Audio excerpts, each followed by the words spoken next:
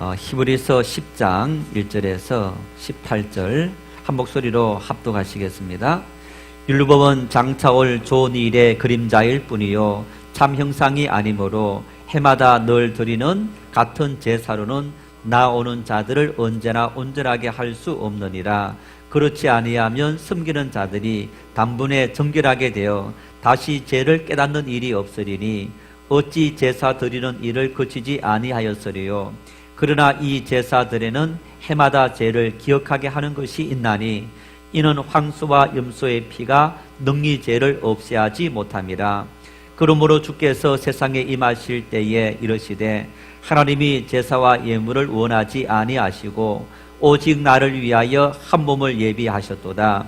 번제와 속죄제는 기뻐하지 아니하시나니 이에 내가 말하기를 하나님이여 보시옵소서. 두루마리 책에 나를 가리켜 기록된 것과 같이 하나님의 뜻을 행하러 왔나이다 하셨느니라.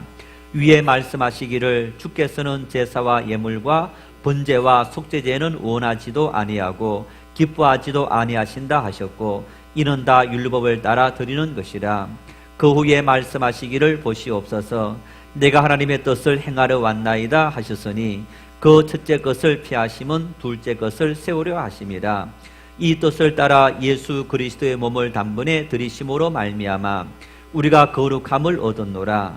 제사장마다 매일 서서 섬기며 자주 같은 제사를 드리되 이 제사는 언제나 죄를 없게 하지 못하거니와 오직 그리스도는 죄를 위하여 한 영원한 제사를 드리시고 하나님 우편에 앉으사 그 후에 자기 원수들을 자기 발등상이 되게 하실 때까지 기다리시나니 그가 거룩하게 된 자들을 한 번의 제사로 영원히 온전하게 하셨느니라. 또한 성령이 우리에게 증언하시되 주께서 이르시되 그날 후로는 그들과 맺을 언약이 이것이라 하시고 내 법을 그들의 마음에 두고 그들의 생각에 기록하리라 하신 후에 또 그들의 죄와 그들의 불법을 내가 다시 기억하지 아니하리라 하셨으니 이것들을 사하셨은즉 다시 죄를 위하여 제사 드릴 것이 없느니라. 아멘. 기독교 윤리 실천 운동이라는 기독교 단체가 있습니다. 거의 매년 설문조사를 하는데 2017년 1월 달에 종교기관, 정부, 국회, 사법부, 언론기관, 시민단체, 기업, 대학 또 기타 등등 해서 가장 신뢰하는 기관은 어떤 기관입니까? 이런 제목으로 물론 또 다른 제목들도 있지만은 설문조사를 했습니다. 결과가 1위가 시민단체, 2위가 언론기관, 3위가 종교단체였습니다. 문제는 1등, 2등, 3등의 어떤 순위보다는 1위를 차지한 시민단체의 어떤 이 신뢰 퍼센테이지가 29.6% 정도 됩니다. 그런데 2등하고 3위를 차지한 이런 어떤 우리 종교기관의 신뢰도 9.6%밖에 되지 않는 차이가 나도 3배 정도 차이가 날 정도로 신뢰가 뚝 떨어집니다. 10년 전의 자료와 비교를 해봤습니다. 10년 전에 그때도 1위가 시민단체였고 2위는 우리 종교기관 단체였던 겁니다. 그런데 그때는 1위였던 시민단체는 이제 신뢰하는 퍼센테이지가 23.4%였습니다. 그리고 그때 이 종교단체가 20.3%의 그런 신뢰를 나타냈는데 10년 사이에 덩이도 하나 떨어졌지만은 어떤 비율이 절반 이하로 뚝 떨어진 이런 모습을 볼 수 있습니다. 저도 역시 그렇고 또 많은 목회자들이 또 많은 이렇게 신앙인들이 교회는 이 세상의 최후의 보루이다. 모두가 부패하고 모두가 타락해도 모두를 신뢰할 수 없어도 교회만은 신뢰할 수 있고 교회는 믿을 수 있다. 이게 교회여야 한다. 교회가 이 땅에 존재하는 이유가 바로 거기에 있다고 이야기했고, 또 그것이 교회에 주어진 사명이다. 너희는 세상의 빛이요 너희는 세상의 소금이다. 주님께서 우리에게 그렇게 말씀하셨기 때문인 겁니다. 그런데 여러분 보십시오. 교회를 향한 신뢰가 갈수록 뚝뚝 떨어지고 있고, 정말 이러한 이야기를 하는 저 역시 여러분 앞에 부끄럽기도 하고 죄송스럽기도 합니다. 저 역시 한국교회 참 교회를 이끄는 목회자 중에 한 사람으로서 오늘 우리 한국교회가 우리 성도들에게조차 신뢰를 잃어버리는 이런 모습들, 세상 사람들에게는 말할 나위조차 없을 겁니다. 특별히 많은 젊은이들에게 교회가 신뢰를 잃어버린 이런 모습들은 정말 오늘 우리의 현주소를 이야기하고 있는 그런 모습이기도 합니다. 어떻게 하면 다시 우리가 신뢰를 회복할 수 있을까? 매년 한 번 10월 마지막 주일은 우리가 종교개혁주일로 지킵니다. 우리 개신교 신앙의 출발점이 바로 종교개혁에서부터 출발되어졌기 때문에 1517년 10월 31일 독일의 마르틴 루터가 자기가 봉직하던 비텐베르크 대학의 정문에 95개 조항의 항의문을, 여러분 우리 개신교를 프로테스탄트다라고 말합니다. 이 프로테스탄트라는 얘기는 저항하는 사람들이다, 이런 의미가 있는 겁니다. 뭐에 저항하느냐? 지금까지 천년의 역사 속에서 기독교가, 로마 캐톨릭 교회가 우리에게 잘못된 것을 가르쳤다, 왜곡된 것을 가르쳤다, 성경 아닌 것을 가르쳤다. 거기에 우리는 저항하고 항의하고 이런 잘못된 교회를 개혁해야 되겠다 하는 이 주장이 바로 루터의 95개 조항의 정신에 있는 것을 볼 수 있습니다. 물론 이 당시 루터는 신부였습니다. 개톨릭 교회를 섬기는 신부였는데 이 종교개혁 운동을 내가 이렇게 하지, 그 사명감을 가지고 루터가 종교개혁을 한 것이 물론 아닙니다. 이런 개인적인 출발점이 있습니다. 법학을 전공하는 부박도였습니다. 시골 집에 갔다가 친구와 함께 다시 학교로 돌아가는 중에 벌판에서 천둥 번개를 맞은 겁니다. 여러분, 들판에서 천둥 번개 맞았다 어떻게 합니까? 정말 두려운 거예요. 친구가 그 번개에 맞아 타 죽은 겁니다. 루터와 같이 가다가 그 번개에 맞아 타 죽는 그 모습을 보면서 그 젊은 루터의 마음에 너무너무 두려운 마음이 생겨서, 나를 이곳에서 건져주시면 내가 수도원에 들어가겠습니다. 그래서 루터가 거기에서부터 이제 갔다가 수도원으로 들어가서 수도성이 된 겁니다. 이 당시 유럽은 국가 종교입니다. 왕부터 모든 백성에 이르기까지 그 땅에 사는 사람은 그 종교를 믿어야 되는, 종교 자유가 없는 그런 사회였습니다.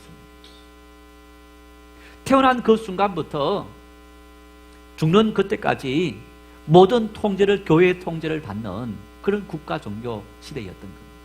당연히 이 루터도 태어나면서부터 하나님 말씀을 듣고 유아 세례를 받고 입교하고 어떤 그런 상태였던 겁니다. 그렇지만은 여러분, 모태신앙이라고 믿음이 다 좋은 건 아니지 않습니까? 그런 어떤 루터가 수도원에 들어가서 하나님 말씀을 듣고 배우는 중에 신앙에 대한 깊은 고민을 하게 됩니다. 우리가 하나님 앞에서 우리 영혼이 구원을 받아야 되는데, 구원을 받기 위해서 우리가 뭐가 필요하냐? 우리 죄를 회개해야 된다. 자, 여러분, 내가 하나님 앞에서 죄를 지었다. 내가 죄를 지었는데 구원받기 위해서는 내 죄를 다 용서받고, 그리고 또 구원받을 만한 어떤 우리의 말과 행동에 자격이 있어야만 내가 구원을 받는다. 한번 우리 손들어 한번 표현해 볼까요? 나는 구원받았습니다. 한번 손들어 보세요. 나는 구원받았습니다. 손 한번 들어보세요. 네, 내리세요. 내 행동은 구원받을 만한 자격이 있습니다. 손 한번 들어보세요. 여러분, 루터 당시의 가르침은 내가 구원받기 위해서는 구원받을 만한 착한 행동과 착한 말을 해야만 구원을 받는다 라는 사상을 가르쳤던 겁니다. 그런데 수도원에서 루터가 자기 삶을 돌아봤더니 도무지 자기 삶은 구원받을 만한 자격이 없다는 얘기예요. 겉으로는 내가 사랑하는 척 할 수 있지만은 마음속으로는 미워할 수 있잖아요. 마음속으로는 나쁜 생각을 가질 수 있지 않습니까? 그런 자기의 삶을 돌아보니까 이런 모습이 하나님 앞에 내가 어떻게 구원받을 수 있느냐. 그래서 그런 자기 육체와 자기 마음을 다스리기 위해서 루터가 금식도 하고 고행의 길을 걷기 시작합니다. 로마를 방문할 기회가 있었는데 그 로마에서 거룩한 계단이다 하는 그곳을 무릎을 꿇고 다른 사람들이 순례할 때 가는 그 길을 무릎을 꿇고 루터도 함께 올라가면서 정말 그런 노력을 통해서 내가 구원을 얻기 위해서 그렇게 무진장 노력했는데 그때는 노력해서 구원을 받은 것 같은데 시간이 지나서 또 돌아봤더니 자기 행동은 또 죄를 짓고 있더라는 거예요. 이런 어떤 고민들 때문에 루터가 정말 절망하고 좌절하고 그 마음속에 많은 범민들이 있었는데 그러면서 신학대학을 가서 신부가 되고 또 공부를 더 하면서 대학에서 이 신학을 성경을 가르치는 그런 교수가 된 겁니다. 시편을 강의하고 로마서를 강의하면서 루터가 놀라운 사실을 깨닫게 됩니다. 로마서 1장 17절 말씀을 같이 읽겠습니다. 복음에는 하나님의 의가 나타나서 믿음으로 믿음에 이르게 하나니 기록된 바 오직 의인은 믿음으로 말미암아 살리라 함과 같으니라. 우리가 이것을 이신칭의다 이렇게 말합니다. 우리가 구원받은 것은 로마서의 말씀을 강의하고 그리고 준비하기 위해서 노력하면서 이 루터가 깨닫는 것은 내가 구원받은 것이 내 착하고 선한 행동으로 구원받는 것이 아니라 예수 그리스도께서 베풀어 주신 그 은혜를 내가 받아들이고 믿음으로 구원받는 거구나. 여러분, 자, 내가 부모님에게 나쁜 자식이라고 내 부모를 안 믿습니까? 부모 속을 속인다고 여러분 내 부모를 신뢰하지 않습니까? 어떻습니까, 여러분? 여러분의 자식이 만일 여러분 말을 안 듣는다. 그러면 안 듣는 여러분 그 자식이 나를 존경하지 않는 겁니까? 그렇지 않을 겁니다. 생각이 다를 수 있고 또 정말 우리의 어떤 행동이 내 마음의 통제를 받지 못해서 그래서 그럴 수 있고 또 예를 들어 자식들이 부모의 말대꾸를 한다든가 말대꾸 하면서 좀 기분 나쁘게 할 수도 있는데 부모를 존중하지 않기 때문에 그런 게 아니고 때로는 자기도 모르는 그 감정으로 그렇게 반응을 할 수 있는 겁니다. 우리가 하나님 앞에 믿음의 삶을 살아가면서 내가 하나님 앞에 제된 행동과 말을 한다.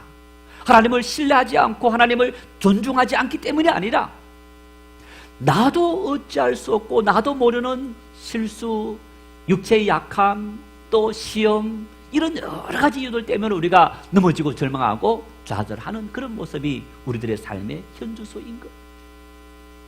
루터는 바로 그러한 사실들을 깨닫게 되면서 내가 구원받은 것이 하나님의 은혜로 말미암아 구원을 받았다. 그걸 믿음으로 구원받았다는 사실을 알게 되면서부터 그때부터 죄에서부터 완전히 자유하게 된 거예요. 그런데 그 당시 로마 교회는 뭘 가르쳤느냐? 너 착한 행실과 아름다운 행실, 공로가 있어야만 너는 구원받을 수 있다. 너가 죄를 지을 때마다 여러분 지금도 성당에 가면 뭘 해야 됩니까? 고해성사를 해야 됩니다. 신부님에게 내가 이런 죄를 지었습니다 하면 신부님이 용서해 주는 거예요. 자, 내가 고해성사하고 다시 다음 고해성사하기 전에 내가 죽게 되었다. 어떻게 됩니까? 종부성사라는 것이 있어서, 그래서 죽음 직전에 신부님이 와서 죄를 용서해 주십니다. 여러분, 만일 저와 여러분이 오늘 죽게 되었다, 하나님 앞에 고해성사하지 않았다, 죄 용서 받습니까? 안 받습니까? 받습니까? 안 받습니까? 우리는 이미 받은 존재들인 겁니다. 우리는 이미 용서받은 존재들인 거예요. 그래서 루터가 돌아보았더니 지금 내가 교회를 통해서 가르침을 받았던 이 가장 중요한 구원의 교리가 잘못되었더라. 뿐만 아니라 그 당시에는 성 베드로 성당을 건축하면서 그 성전 건축 비용을 마련하기 위해서 로마 가톨릭 교회가 뭘 판매했느냐? 면죄부를 판매한 거예요.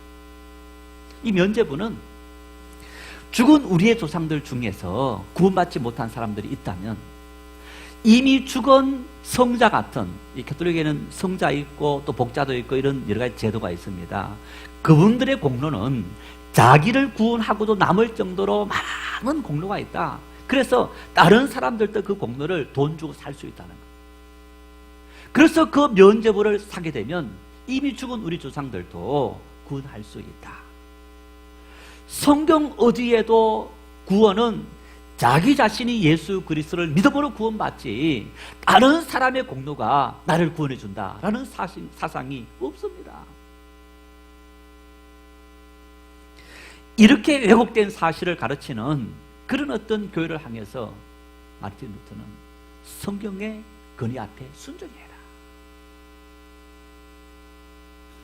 하나님의 말씀 앞에 돌아오고 하나님 말씀의 권위 앞에 순종해야 된다. 그리고 가장 중요한 우리의 구원은 하나님께서 베풀어 주신 그 은혜, 값없이 베풀어 주신 그 은혜를 내가 받아들이는 믿음으로 말미암아 구원을 받는 거지, 헌금을 많이 하고 열심히 예배를 드리고 착한 일을 많이 하고 봉사를 많이 하고 기도를 많이 하기 때문에 내가 구원받는다라는 것이 아니더라는 얘기입니다. 로마서 10장의 말씀처럼 누구든지 마음으로 주님을 인정하고 입으로 시인하면 누구든지 구원을 받게 되더라 라는 진리를 알게 된 거예요.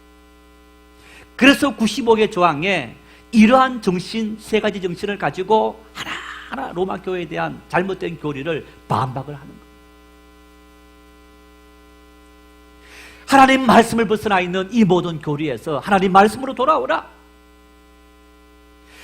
하나님의 은혜로 말미암아 그 은혜를 믿음으로 구원받는 이 진리가 하나님의 말씀인데, 이 진리에서 잘못된, 그래서 인간을 율법으로 꽝꽝 묶어버리면서 죄 속에 가둬버리는 이 잘못된 사상에서 다시 하나님의 은혜로 돌아오라.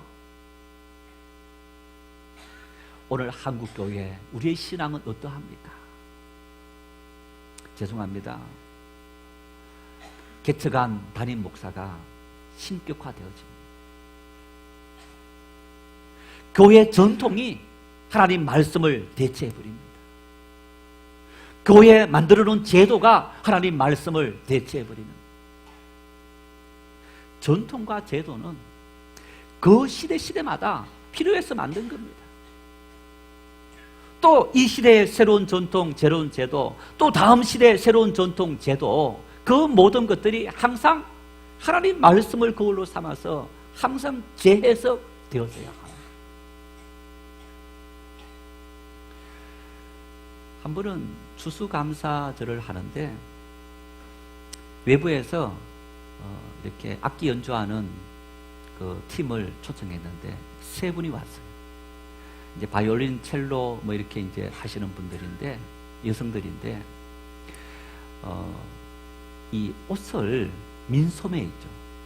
민소매 연주하는 드레스를 입고 온 겁니다.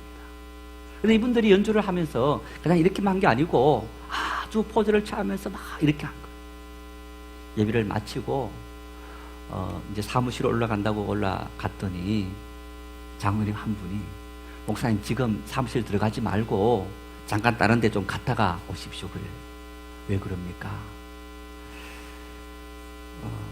어떤 한 분이 막 화가 나서 예배에 어떻게 저렇게 저런 옷을 입은 사람을 올렸느냐, 그러면서 막 화가 나 있다는 거예요.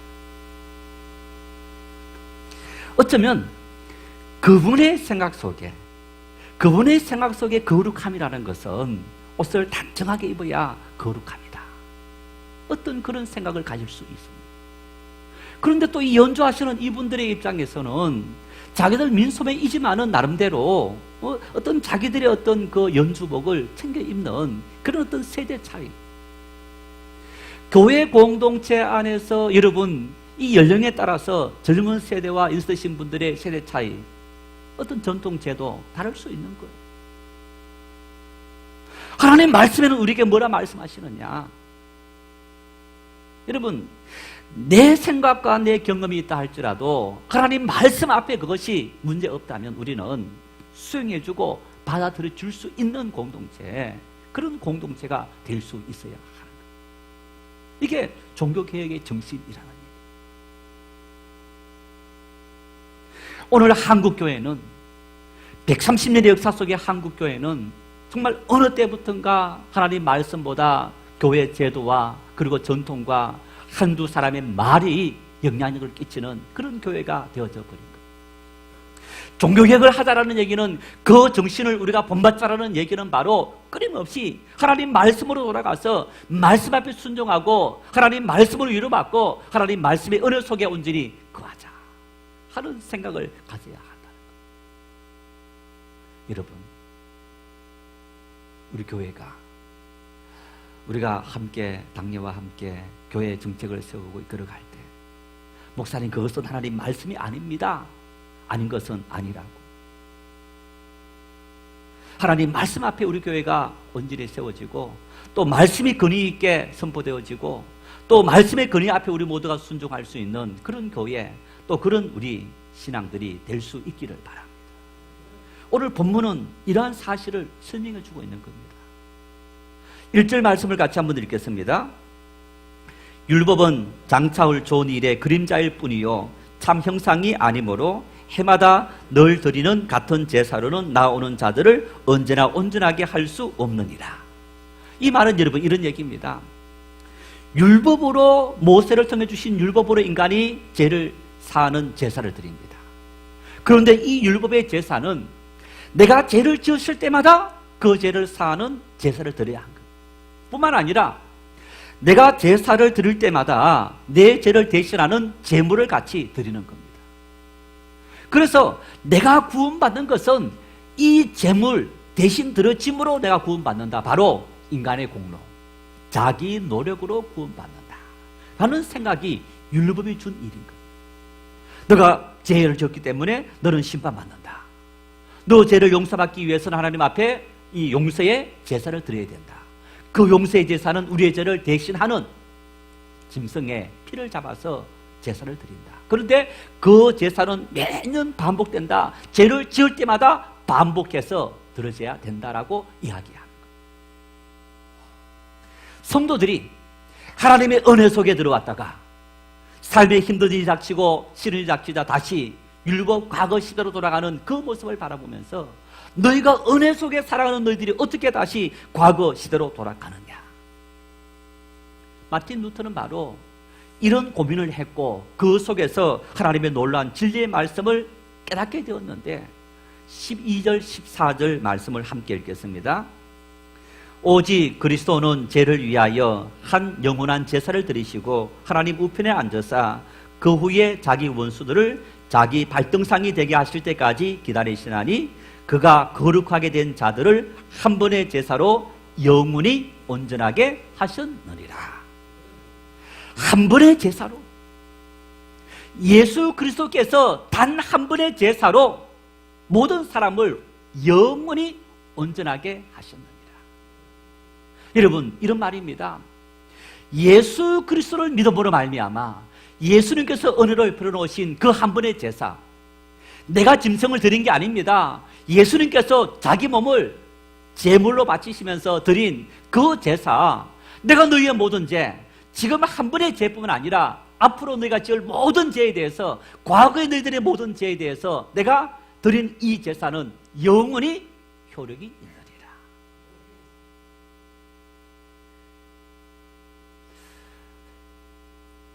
율법 아래 내가 지은 죄에 대해서 그때마다 내가 회개해야 되고 내가 공로를 드려야 된다라는 것과, 그리고 하나님의 은혜 속에 들어간다, 이렇게 비유할 수 있습니다.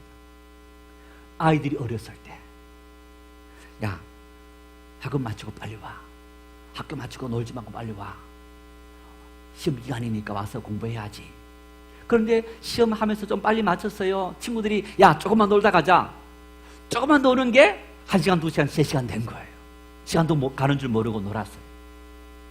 아니, 언뜻 보니까 시간이 많이 지나간 거예요. 어떤 마음으로 옵니까?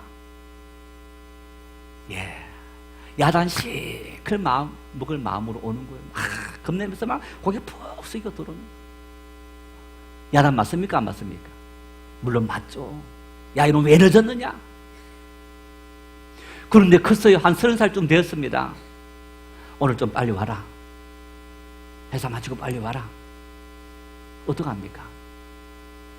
이런 일이 있어서 늦습니다. 이런 일이 있어서 늦습니다. 네, 알겠습니다 했다가도 또 늦게 와서 어떻게 합니까? 네, 이렇게 해서 늦었습니다. 아무렇지도 않아요. 왜? 부모와 자식의 그 신뢰와 사랑이 형성되어 있기 때문에. 때로는 부모의 말을 듣지 않고 그 말을 어기고 하더라도 아무런 죄의식조차 갖지 않는 것. 하나님은 우리가 아직 어렸을 때 우리를 위해서 완전하신 독생자 예수님을 보내시기 전까지는 율법을 통해서 우리를 양육했고 죄를 알게 했고, 이제는 예수님을 보내주심으로 말미암아 예수님 안에서 우리에게 참된 해방과 자유를 주셨더라. 그래서 예수 그리스도를 믿음으로 우리 모든 사람들이 해방을 얻었고 자유를 얻게 되었다. 신앙은 우리를 꽉 얽으면은 올무가 아닙니다. 콧뚜레, 소 코를 끼워서 억지로 막 안 오는 놈 아프게 해서 끌려오는 그런 콧뚜레가 아닙니다. 우리의 신앙은 우리 인생을 자유롭게 하고, 여러분, 우리와 늘 함께 하시는 그 전능하신 아버지께서 내가 너의 아버지가 되고 내가 너의 보호자가 되고 내가 너를 돌봐주기 위해서 너희는 나를 신뢰하고 나를 인정하고 나를 받아들여. 그래서 오늘 이 본문 말씀에 예수님께서 뭐라 말씀하십니까? 하나님께서 하나님의 뜻을 이루시기 위해서 나를 보내셨고 나는 그 하나님의 뜻을 위해서 이 땅에 왔다. 그 하나님의 뜻이 어떤 뜻이냐? 하나님은 우리를 이처럼 사랑하셨다. 하나님께서 사랑하신 이 백성들, 죄로 말미암아 하나님의 은혜 속에 온전히 가지 못한 인생들을 독생자 예수님 보내셔서 우리의 모든 죄를 용서해 주시고 이제는 하나님의 영원한 그 은혜 안에 살아가도록 만들기 위해서. 한번 따라하겠습니다. 주는 그리스도시요 살아계신 하나님의 아들이십니다. 내가 믿습니다. 여러분 안에 하나님의 평안이 임하시길 바랍니다. 바요나 시몬아 내가 복이 있도다. 이를 알게 되는 혈육이 아니요 하늘에 계신 내 아버지시니라.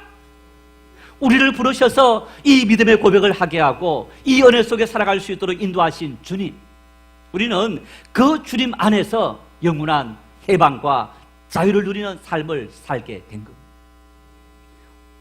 우리에게 주어진 인생길, 험한 인생길이라도 절망하지 말고 좌절하지 말고 기쁨으로 걸어갈 수 있기를 바랍니다. 우리 아버지는 우리를 구원하시고 영원한 생명을 주시고 감당할 수 있는 능력을 우리에게 맡겨주셨습니다. 여러분, 이 구원은 돈도 아니고 우리 봉사도 아니고 우리 지식도 아니고 힘도 아니고 오직 믿음으로. 성도 여러분, 우리 교회 모든 사역이, 우리 모든 성도들의 사역이, 한국교회 모든 사역과 모든 일들이 구원받은 은혜에 대한 감사고 그 은혜에 대한 기쁨으로 하나님 앞에 나아가는 우리의 헌신이지 그것이 우리를 구원하지 않는 겁니다. 구원은 하나님의 값없는 그 은혜를 믿음으로 얻는 구원, 이 진리의 말씀을 교회가 굳건히 지키고 이 진리의 세상 속에서 사람들에게 전파하고 정말 그들 역시 내 있는 모든 인생의 올무에서 자유함 얻을 수 있는 그런 삶을 살아갈 수 있도록 우리가 먼저 자유함 누리고 인생의 해방을 누리고 기쁨 누리는 그러한 삶들을 이웃들에게 보여줄 수 있는 그런 믿음의 축복이 우리 모두에게 임할 수 있기를 바랍니다.